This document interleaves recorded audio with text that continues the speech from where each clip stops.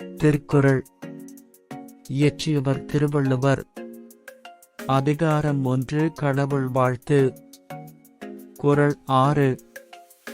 பொறிவாயில் ஐந்தவித்தான் பொய்திர் ஒழுக்க நெறிநின்றார் நீடு வாழ்வார். விளக்கம்.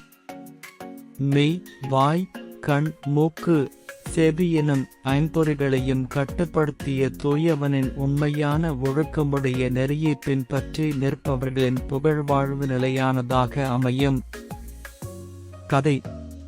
5 விலங்கு நண்பர்களும் அறிவுடைய பாட்டி பூனையும்.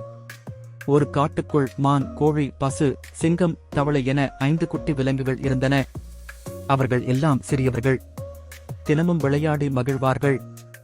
ஒரு நாள் அவர்கள் ஒரு பழச்செடியை கண்டார்கள். செடியிலுள்ள பழங்கள் அழகாக சுவையாக இருந்தன. ஆனால் பக்கத்தில் ஒரு பாம்பு புற்று இருந்தது. அதன் அருகில் ஒரு பலகையில், தயவு செய்து பழங்களை தொட்டுவிட வேண்டாம், பாம்பு இருக்கலாம் என்று எழுதியிருந்தது. மான் சொன்னது, நம் கண்கள் ரசிக்குது, வாங்க கொஞ்சம் பழம் எடுத்து சாப்பிடலாமா? பசு சொன்னது, நாக்கு சுவைக்க எண்ணுகிறது, சாப்பிடணும்னு ஆசை. அதே நேரம் பாட்டி பூனை வந்தது.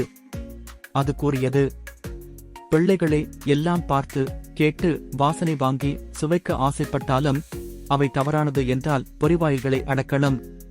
அதுதான் நம் ஒழுக்கம். இதுபோல எது ஆசை காட்டினாலும் பொய் சொல்லாமல் ஒழுக்கத்தோடு நடக்கிறவர்களால் தான் நன்றாக நெடுங்காலம் வாழ முடியும்.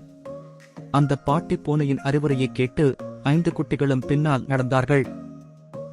சற்று நேரத்தில் அந்த பழச்செடியில் இருந்து பாம்பு வெளியே வந்தது. அதைக் கண்டதும் எல்லோரும் பயந்தார்கள்.